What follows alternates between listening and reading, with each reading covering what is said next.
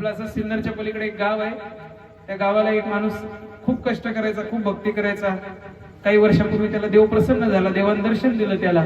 आता ती कसं का असेना पण त्याला तंबाखू खायची सवय होती.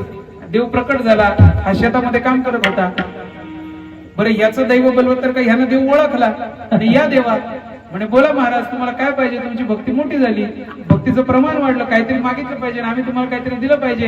आता याच्या हातात नेमकी होती तंबाखू, तिला हातात चुना. आता देव आला, यानं देव ओळखलं, देवाला म्हटलं देवा काही कर पण सध्या तेवढा चुना दे पण चिमुटभर. अख्खी भक्ती वाया गेली आणि त्या एका चिमुटभर चुन्या. त्यामुळे चुना लावून देऊ नका, स्वतःला चुना नाही लागला पाहिजे आणि दुसऱ्याला सुद्धा तुम्ही म्हणाल हा नाही तर दुसऱ्याला लावून घ्या, स्वतःला नाही लागला तर.